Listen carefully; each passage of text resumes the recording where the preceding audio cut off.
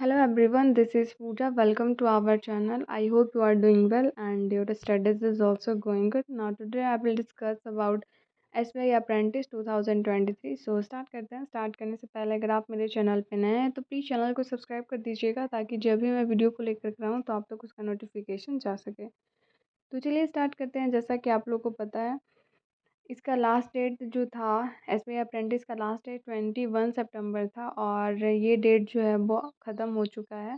तो बहुत सारे ऐसे स्टूडेंट होंगे जो फॉर्म को फिलअप नहीं किए होंगे और कुछ ऐसे भी स्टूडेंट हैं जो फॉर्म को फिलअप किए हैं. जब इसका फॉर्म आया था तो बहुत सारे हैं स्टूडेंट थे, सारे के सारे हैं स्टूडेंट थे जो बोल रहे थे कि इसका फॉर्म फिलअप नहीं करेंगे, लेकिन साथ साथ वो दूसरे को भी सजेस्ट कर रहे थे कि इसका वो फॉर्म को फिलअप नहीं करेंगे. लेकिन अगर फिर भी मैं बात करूँ तो टोटल फॉर्म फिलअप जो है वो कितना हो गया है. तो total form fill up SBI apprentice 2023 में जो हुए हैं वो 3 लाख प्लस हुए हैं.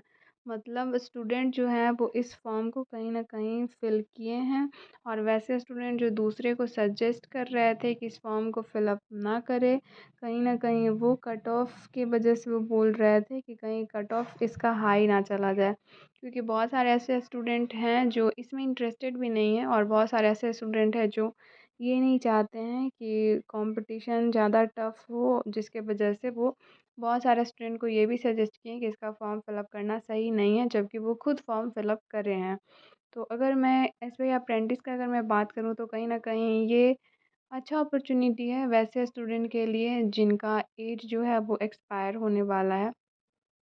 उनके लिए अच्छा अपॉर्चुनिटी है कहीं ना कहीं. अगर वो एसबीआई अप्रेंटिस में अगर 1 ईयर अगर वो काम कर लेते हैं तो अगर मान लेते हैं उनका एज अगर एक्सपायर भी कर जाता है फिर भी वो प्राइवेट बैंक में वो अच्छे से वो काम कर सकते हैं, क्योंकि उन्होंने पहले एसबीआई अप्रेंटिस में काम कर चुके हैं, जिसके वजह से उनको प्राइवेट बैंक में बहुत आसानी से जॉब मिल जाएगा.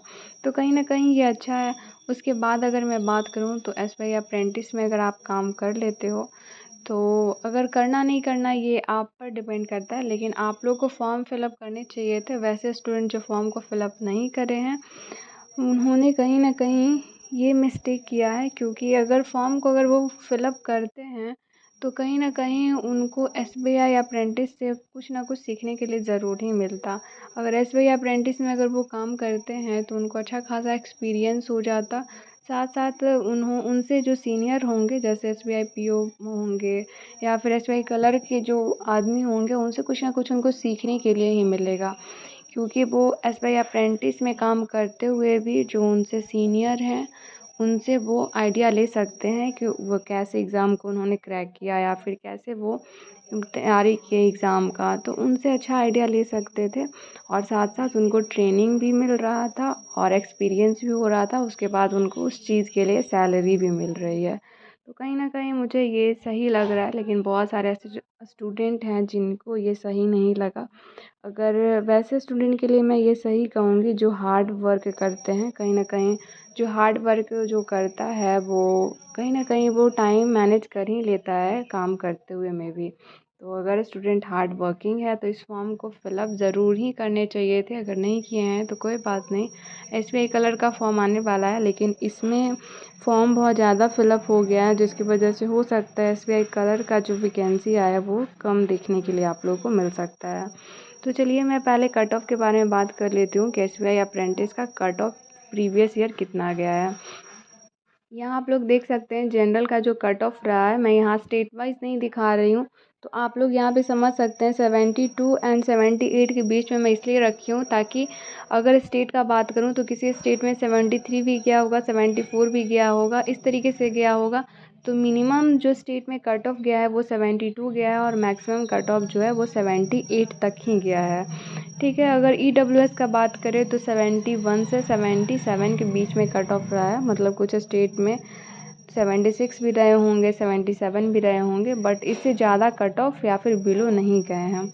उसके बाद ओबीसी का अगर बात करें तो 64 से 67 के बीच में इसका कट ऑफ रहा है. मतलब मिनिमम इसका कट ऑफ जो है किसी स्टेट में 64 गया होगा और मैक्सिमम कट ऑफ 67 गया होगा. एससी का बात करें तो 62 से 68 के बीच में इसका कट ऑफ रहा है. मतलब मिनिमम 62 कट ऑफ गया है और मैक्सिमम स्टेट में 68 कट ऑफ रहा है. उसके बाद अगर एसटी का बात करें तो 53 से 57 के बीच में इसका कट ऑफ रहा है। मतलब मिनिमम कट ऑफ 53 गया है किसी भी स्टेट में, और 57 मैक्सिमम गया है किसी भी स्टेट में। तो आप यहाँ पर स्टेट वाइज कट ऑफ को मैं यहाँ पे शो करवाई हूँ, लेकिन आप यहाँ पर समझ सकते हैं कि मिनिमम 72 गया है जनरल का कट ऑफ स्टेट में, और मैक्सिमम किसी स्टेट में 78 गया है। इससे आप लोग आइडिया लगा सकते हैं कि आपका इस बार का कट ऑफ क्या रहने वाला है। अगर आप कट ऑफ को अगर देख लेते हैं कि प्रीवियस ईयर कितना गया है, तो आपको थोड़ा बहुत आइडिया मिल जाता है कि आपको कैसे प्रिपरेशन करना है और आपको कितने स्कोर लाने हैं जिससे आपका एग्ज़ाम क्वालिफाई हो जाएगा। तो मैं इसलिए इस कट ऑफ को आप लोग के साथ शेयर कर रही हूँ, ताकि आप लोग को भी आइडिया हो जाए, और आप लोग अगर मॉक लगाएंगे तो आप लोग को समझ में आ जाएगा कि आपका स्कोर कितना बन रहा है। और इस कट ऑफ से आप लोग कंपेयर कर सकते हो कि आपका कट ऑफ कितना बन रहा है, कितना था, और आपका अभी कितना मार्क्स बन रहा है। तो उसके अकॉर्डिंग आप अपने मार्क्स को इम्प्रूव करेंगे और आप लोग को हेल्प मिलेगा।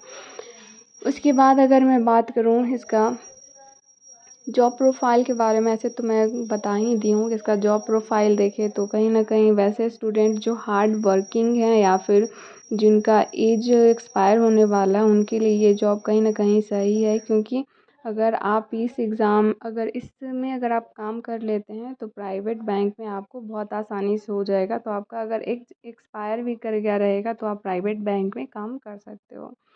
उसके बाद अगर बात करें जो इसका वैकेंसी के बारे में बात करें तो इसका टोटल वैकेंसी 66,000 प्लस है, मतलब वैकेंसी भी अच्छे नंबर में है।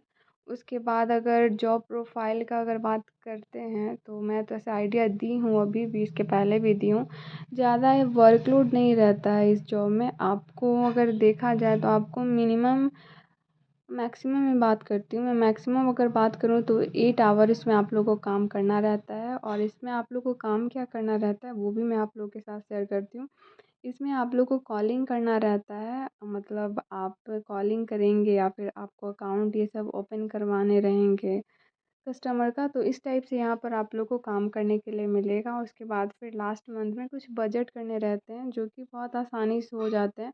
और ये बजट ऐसा नहीं है कि बस आप ही को करना पड़ेगा, पीओ हैं उनको भी कहीं ना कहीं करना पड़ता है। तो आई होप आपको समझ में आ गया होगा कि जॉब प्रोफाइल कहीं ना कहीं सही है वैसे स्टूडेंट के लिए जो हार्ड वर्किंग है। हार्ड वर्किंग करते हुए, काम करते हुए अगर वो एग्ज़ाम को अगर वो चाहेंगे तो वो क्रैक कर सकते हैं अदर एग्ज़ाम को। उसके बाद फिर वैसे स्टूडेंट के लिए भी सही है जिनका एज एक्सपायर हो गया है, तो इसमें अगर वो काम करते हैं तो ट्रेनिंग पीरियड में उनको बहुत कुछ सीखने के लिए मिलेगा। उसके बाद अगर उनको पढ़ाई का अगर टाइम नहीं मिल रहा है तो वो चाहें तो इसको डिज़ाइन भी कर सकते हैं। कोई ऐसा फ़ोर्स नहीं है कि आपको इसमें काम करना ही है।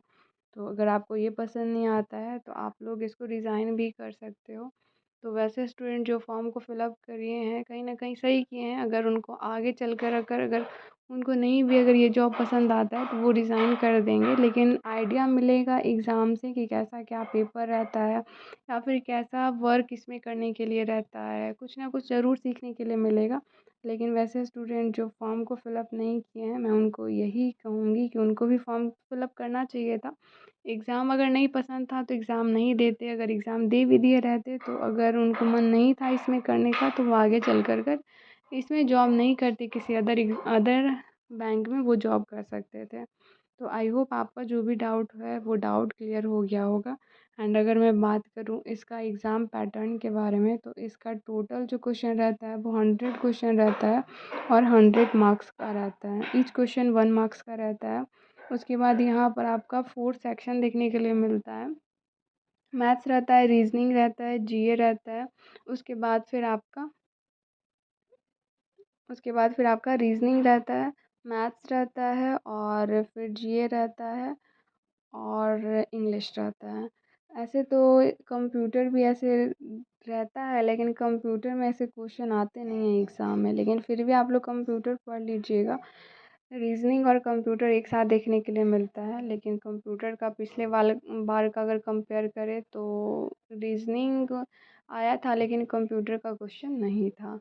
तो आप लोग 4 सब्जेक्ट को ही लेकर कर चलिएगा, क्योंकि कंप्यूटर ऐड किया गया है लेकिन कंप्यूटर से क्वेश्चन रहते नहीं हैं। उसके बाद अगर आप लोग के पास अगर एक्स्ट्रा टाइमिंग है तो आप लोग पढ़ लीजिएगा। तो इतना ही रखते हैं, अच्छा लगा तो सब्सक्राइब